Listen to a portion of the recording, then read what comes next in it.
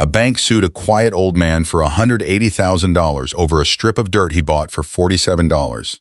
They were certain he had nothing, until his wife reached behind the good china for a receipt dated 1972. What did one folded piece of paper do to a multi-million-dollar project? The phone rang at 7:14 on a Tuesday, and the lawyer on the other end was sweating. "Mr. Halloran, the whole project is frozen. 40 units. We cannot pour a single foundation. Please. We need to talk today." Walter Halloran set his coffee cup on the kitchen table. He was 68 years old. He had waited a long time for this call. "You sued me?" Walter said. 11 days ago. $180,000. "I have the papers right here on the table." A pause. The sound of a man choosing words too carefully. "There's been a problem with our case. A serious one. Can you come down to the office this morning if you're able?" "No," Walter said. "But you can drive out here." He hung up. He did not slam the phone. He set it down soft, the way he set down everything. Then he picked his coffee back up and took a sip. It had gone lukewarm. He drank it anyway. Eleanor stood in the doorway in her robe. 66 years old, gray hair pinned up the way she'd worn it for 40 years. "That them?" she asked. "That's them." She crossed to the counter and poured him a fresh cup. Steam curled off it. "Took them long enough," she said. She sat down across from him. She did not ask what the lawyer said. She had a good idea already. She had been married to Walter for 36 years, and she had learned the shape of his quiet the way you learn the sound of your own house settling at night. Outside the window, past the fence, past the dead grass, ran a thin strip of dirt that connected nothing to nothing.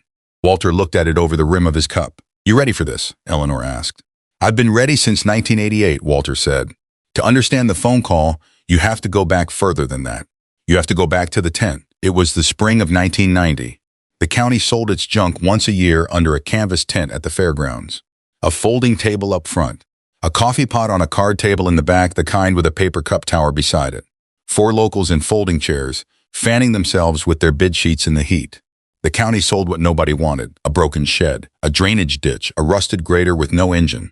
And Lot 31. Lot 31 was a thin strip of dirt behind the housing tracks on the east side.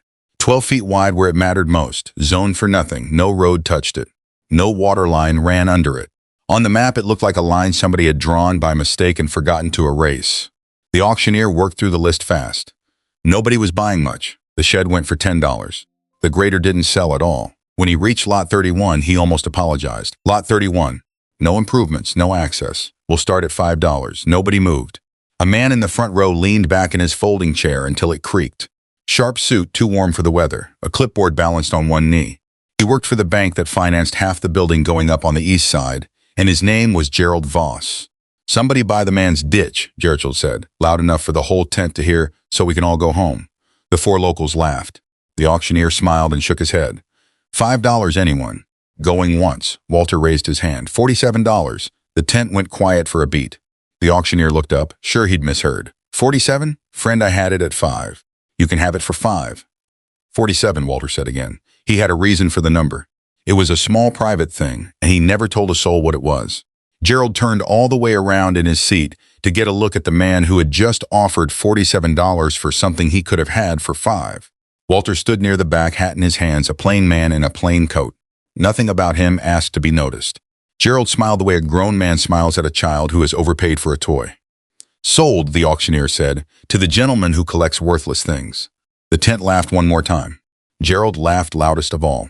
He shook his head and made a note on his clipboard and turned back to the front, already done thinking about it. Walter did not laugh. He did not flinch. He walked up the center aisle to the front table while the auctioneer moved on to the next lot. He gave the clerk his name. He signed it on the line in careful letters. He counted out the money in worn bills. The clerk handed him a receipt. It was thin paper, still warm from her hand and the machine. Walter looked at it for a moment. Then he folded it once. He folded it again into a neat square. And he slid it into the inside pocket of his coat, the one over his heart. He did not look back at Gerald Voss. He walked out of the tent into the bright spring light, got into his truck, and drove home with the window down and his arm resting on the door. That night, Eleanor asked him about the auction over supper. Walter told her he'd bought a strip of dirt for $47. She set down her fork and raised an eyebrow at him. "A strip of dirt," she said, 12 feet wide, half a mile long, behind the new houses. "And what exactly are we going to do with a strip of dirt?" "Wait," Walter said. He did not explain. She studied his face across the table for a long moment, looking for the joke. There wasn't one. There was only that calm she'd married, the still water that ran deeper than anyone guessed. She did not push. That was Eleanor. A different woman might have pushed, might have called it foolish, might have asked how much of their savings he was prepared to bury in dirt nobody wanted. She had married a quiet man, and in 30 years she had never once tried to make him loud. "All right," she said, and picked her fork back up. "Then we'll wait." After supper, Walter hung his coat on the hook by the door. The folded receipt stayed in the pocket. It would stay there, in that same coat, on that same hook, for years. Walter was a retired mailman. He had carried letters across this county for 26 years, in rain and dust and the cold mornings before the sun. He knew its roads the way a man knows the lines on his own hand.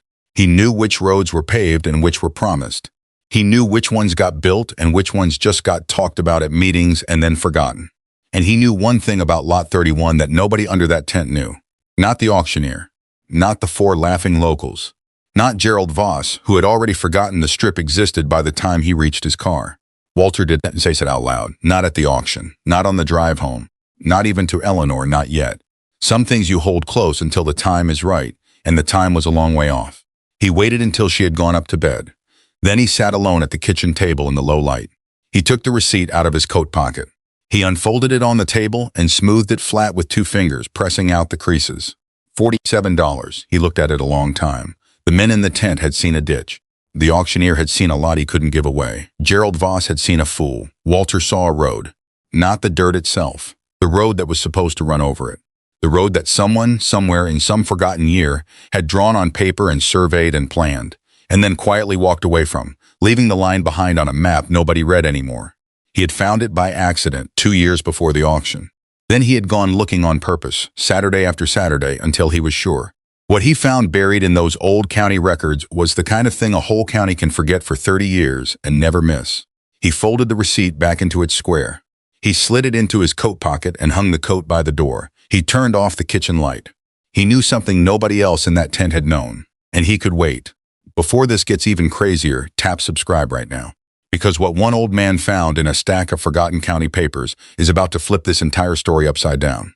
October 1988. A reading room that smelled of dust and warm machine oil. Walter sat alone at a microfilm machine, turning the crank, watching gray pages crawl by. He had come for a rumor. 2 surveyors at the diner had been talking about the east side. Hundreds of acres of scrubland a builder wanted someday. The problem, one said, was getting in. There was no legal way to reach it. Walter remembered something. A long time ago, there had been talk of a road out east, a road that never got built.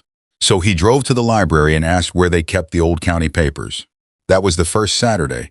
There would be many more. He read budget reports, zoning notes, road plans. He didn't know what he was looking for. That was the lie he told himself. He went back the next Saturday, and the one after. The clerk learned his name. Most days he found nothing. He kept turning the crank.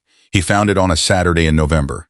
In 1956, the county had filed a plan for a new road. A north-south corridor to connect the town to the river, crossing 12 miles up, 12 feet wide where it pinched between 2 farms running a half-mile north. Then in 1958, the money ran out. He read the line 3 times. He was sure no one had read it in 30 years. Motion to move the road funds to the bridge account. Passed 4-1. The road was canceled. But the strip was never given back. Nobody filed the paper to close it out. The land just sat there on the county books. Surplus. Forgotten. Walter drove home slower than usual. He spread butcher paper on the kitchen table. He drew the east tract, the new houses, the river crossing, and the thin line cutting through all of it. The kettle began to whistle. Eleanor took it off the heat and looked over his shoulder. "What is that?" she asked. "A road," Walter said. "One that isn't there anymore." She set a cup of tea by his elbow and left him to it.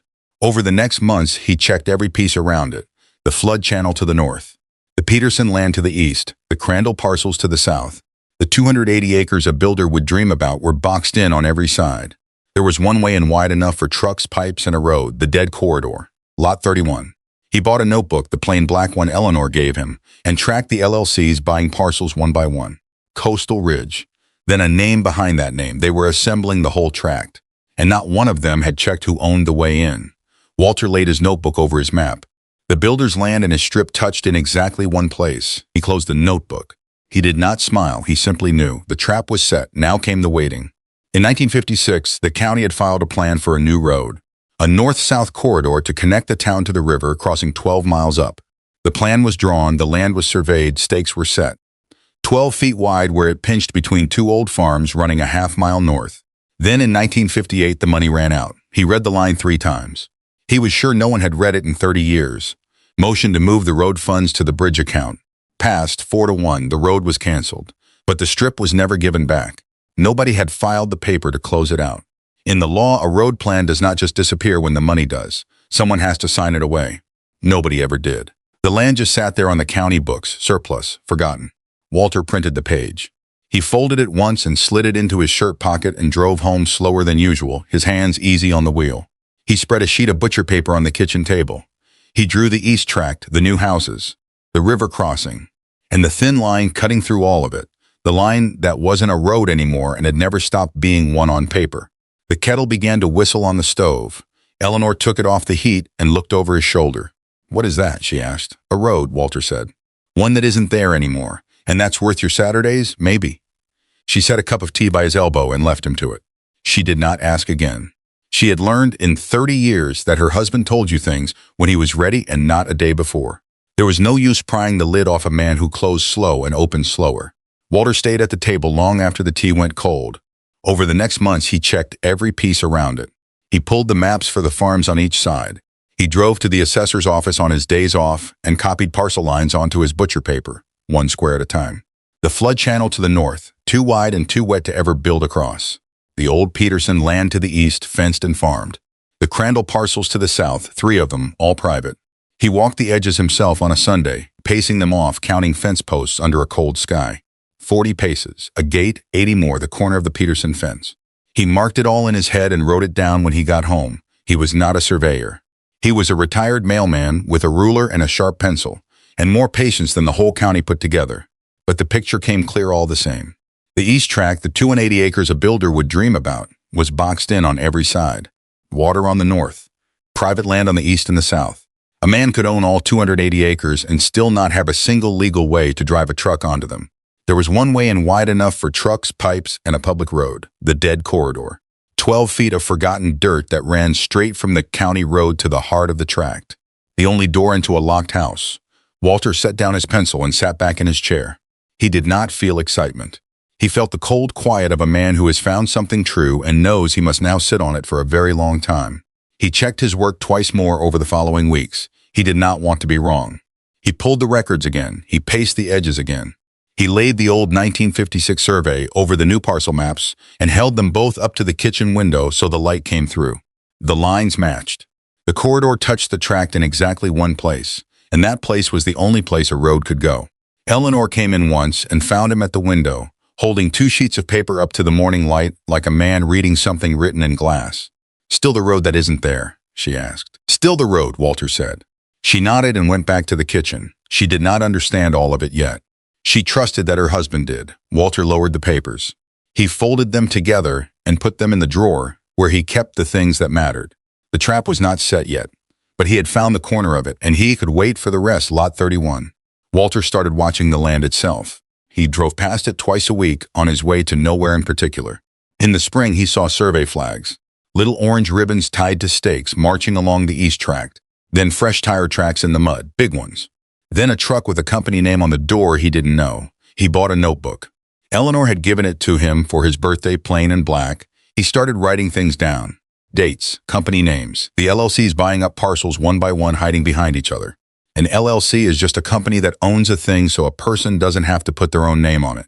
Walter learned that word at the library too. He tracked them for 2 years. Coastal Ridge.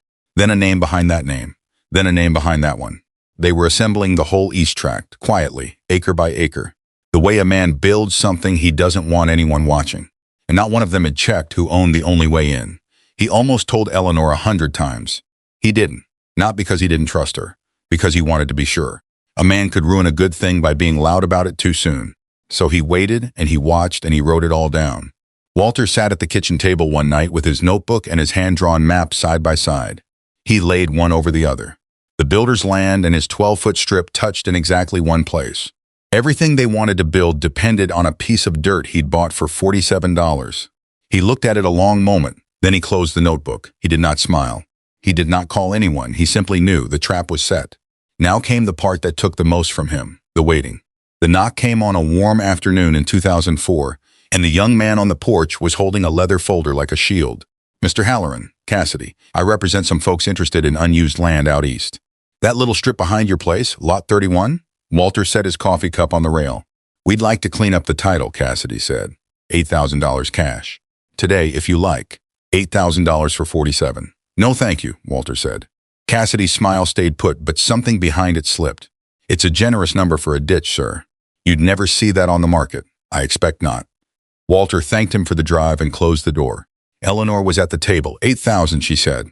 8,000. She took the offer letter and put it in an empty shoebox under their bed. It would not be the last letter in that box. Walter kept the strip the way a man keeps a promise. He mowed it twice a year, spring and fall. He kept the corner markers clear of weeds. Every spring he drove the 9 miles to the county office and paid the tax bill in person on time. $11, then $14, then $19. He kept the receipts. He always kept the receipts. The rest of the world forgot the land was there. He did not. Some springs he walked the whole half-mile of it before he mowed. He counted the corner markers. 4. He checked that none had been pulled. He checked the fence line of the farm beside it.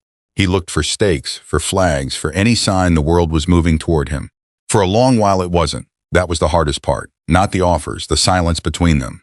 A man can hold a thing he believes in for a year. Walter held his for years. He stopped counting on his fingers. The second offer came by phone in 2011. The town had grown. A planning study had finally traced the access problem to its source and found that the key strip belonged to a retired mailman who'd paid $47 for it. A county man called, friendly and formal, Mr. Halloran. The county would like to acquire Lot 31 for regional infrastructure. We're prepared to offer $22,000. No, Walter said. A week later he called again. $35,000. No thank you, and set the phone down gently. That night Eleanor asked her one question. They want it bad now, don't they? They want to build, Walter said. They can't get a backhoe back there without me. He left it there, so did she. There was a memory in that kitchen too. Their daughter, Mara, at 12, riding in the truck past the strip on a Sunday.